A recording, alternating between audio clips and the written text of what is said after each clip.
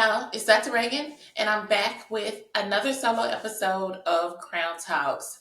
And we black, we healthy, we crown. Y'all see it. I know I was supposed to sell the t-shirts, but now I got sweatshirts that I'm probably also going to drop the ball off. But anyway, since it's Men's Health Month, this one is for the men or the men in your life. So y'all tuned in for the perimenopause episodes. Thank you very much. And really, it feels like we're all kind of going through it together, right? So talks about perimenopause and treatment for that are everywhere.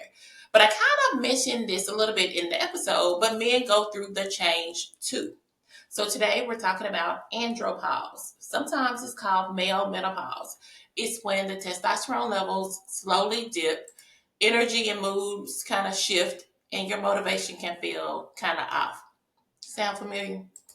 And for a lot of men, it hits after about 40, but we rarely name it. We just kind of call it a midlife crisis. We say we get old, we stressed out, or we tired. But today on CRxOWN Talks, we're going to talk about it. We're going to talk about what andropause really is, what to look out for, and how we can age well. So, definitions. What exactly is andropause? So again, we're thinking of it like the male version of menopause. It's a gradual decline in your testosterone levels that can affect your energy, your mood, your sex drive, your sleep, and even your heart health. But let's back it up a bit. So just like estrogen is the primary hormone for people assigned female at birth, testosterone is the primary hormone for those assigned male at birth. But what does testosterone actually do? So it fuels a lot of what we associate with vitality. So like being strong and active, full of energy, and a lot of that confidence, that bravado, whatever. So testosterone also, though, supports your muscle strength, bone density, energy and focus, mood, and sperm production, sex drive, of course, and even red blood cell formation. So that is kind of how you get to the heart health, right? So when levels of your testosterone start to dropping off, you can feel it physically, emotionally, mentally, any type of way. And some people think andropause is only about a loss of sex drive, but no, that's one of many potential symptoms. And even really not all men will experience that sex drive, loss of sex drive, or not all men will get significant symptoms at all, or maybe never get any symptoms. Similar to perimenopause, have you ever heard of people saying, I ain't get no symptoms, I don't get hot flashes? Okay. But so the science in simple terms is testosterone naturally drops with age. We see about a 1% per year drop after the age of 30. Things that can kind of accentuate that: stress, poor sleep, chronic illnesses can play a part in your testosterone dropping as well. So maybe you're not just tired, but you're hormonal. And on the emotional side, we really rarely talk about how it impacts men's mood, right? So irritability, low motivation, and even depression can sneak up, especially in our culture where men are kind of taught to just push through instead of checking in or checking on, right? And this is where things like therapy, journaling, or community come into play. If you need a refresher, go back and watch the men's mental health episode. But you can't lift your way out of emotional imbalance. You may need to get some help. So tune into your body, tune into your emotions, and figure out what's kind of going on. And you may ask, as with everything, health disparities, right? So why are Black men at higher risk for low testosterone or male andropause?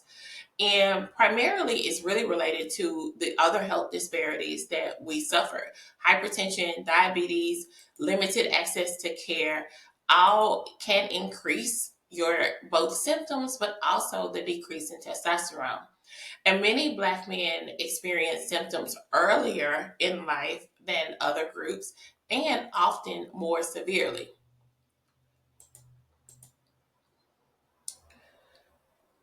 Now, the only real way you can get checked is through blood work or hormone checks through your provider. So if you're thinking about just going online and ordering some medicine or going to the corner store or the gas station, let's talk about it. Okay. So after you realize something that is off, you think about treatment, right? So treatment for andropause isn't a one size fits all type of approach. It's really about finding the balance and not just boosting your testosterone with either T-shots or other types of hormone replacement. Most healthcare providers would recommend like a lifestyle shift first. So thinking about how can I get better sleep? How can I better manage my stress? How can I eat for hormone health? And we'll talk a little bit about that. And then also staying active with resistance and weight training. And as the people say, touch grass, okay? These moves alone can raise your testosterone levels naturally in some cases. But if your symptoms persist or they're just way too strong, your provider might, as I said, check your hormone levels with blood work and discuss options like testosterone replacement. But that should always, always, always accompany lab work. So if anybody's just trying to give you a T-shot, nah. And you need those levels monitored. Even if you decide to start testosterone replacement therapy, you need those levels monitored regularly because having too much testosterone or your testosterone levels being too high raises your risk for heart disease, heart issues, mood swings, and other fertility problems. Now, there are some non-hormonal options that can help your body make testosterone on its own. But again, that's something I would suggest you discuss with a licensed healthcare provider and not down to the YouTube, myself included, okay? There, and definitely not down to the gas station counter. All right? So let's talk about food because what's on your plate can make a real difference when it comes to hormone health, especially testosterone. So first you want to make sure that you're eating enough protein and healthy fats. So a lot of people skip meals or try to go low fat thinking that's healthier.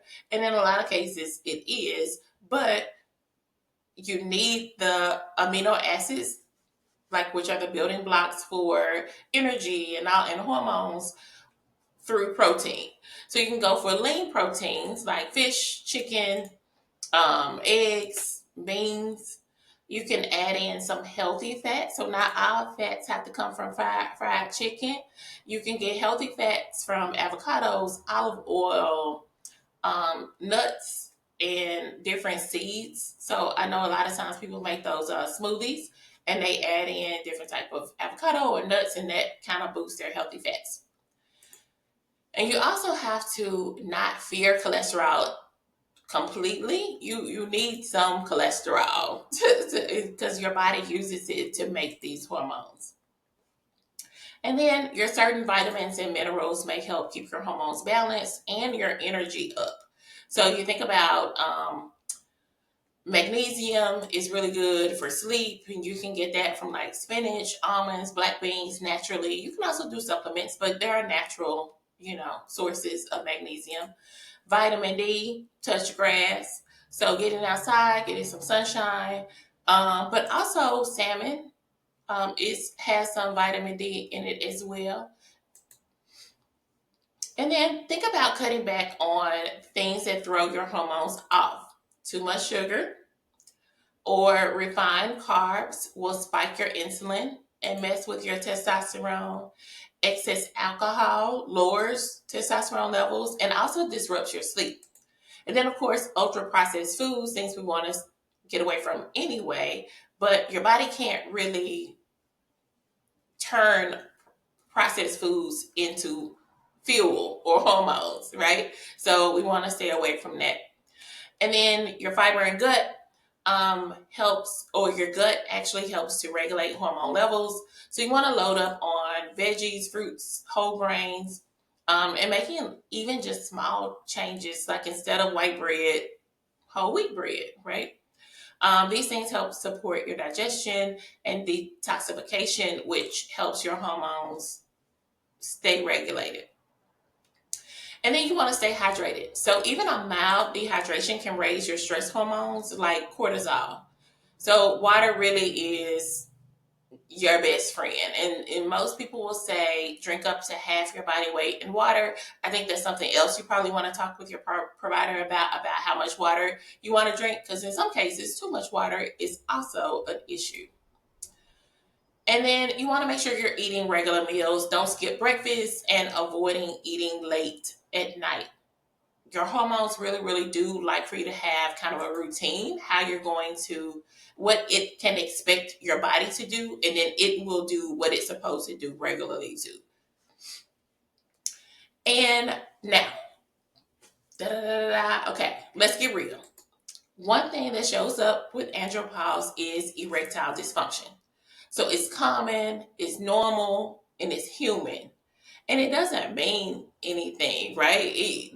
Erectile dysfunction can be just a sign of lower testosterone, but it also could signal heart disease, diabetes, or other stress-related causes. So before you just run again to the gas station, I'm gonna leave the gas station alone, but before you run to the gas station and get like some type of male enhancement pill or something, just hold on. Because if you do that, it could really be dangerous, especially if you're on blood pressure medicine, or if you have high blood pressure and you don't know it and those things spike your blood pressure, it could lead to heart issues. Okay? So, if erectile dysfunction is happening regularly for you, that's your body sending a message. Go talk to your provider for safe, effective treatments that actually work really, really well and are safe when guided by a provider. All right. So this has been your health check-in with CRxOWN Talks. Your crown check for the day is, now, Tupac said it best. We got to make a change. It's time for us as a people to start making some changes. Let's change the way we eat. Let's change the way we live. And let's change the way we treat each other. The old way, that silence, shame, and stress, ain't working. So it's on us to do what we got to do to survive and thrive. Check in, eat better, and rest deeper. And keep your health a priority, because again, we Black, healthy, and crowned. And so if you've loved this, like, share, and subscribe to CRxOWN Talks wherever you get your podcast medicine. We're on YouTube and all other sources. Follow me on Facebook, and I'm on LinkedIn too, I think. But anyway, we out.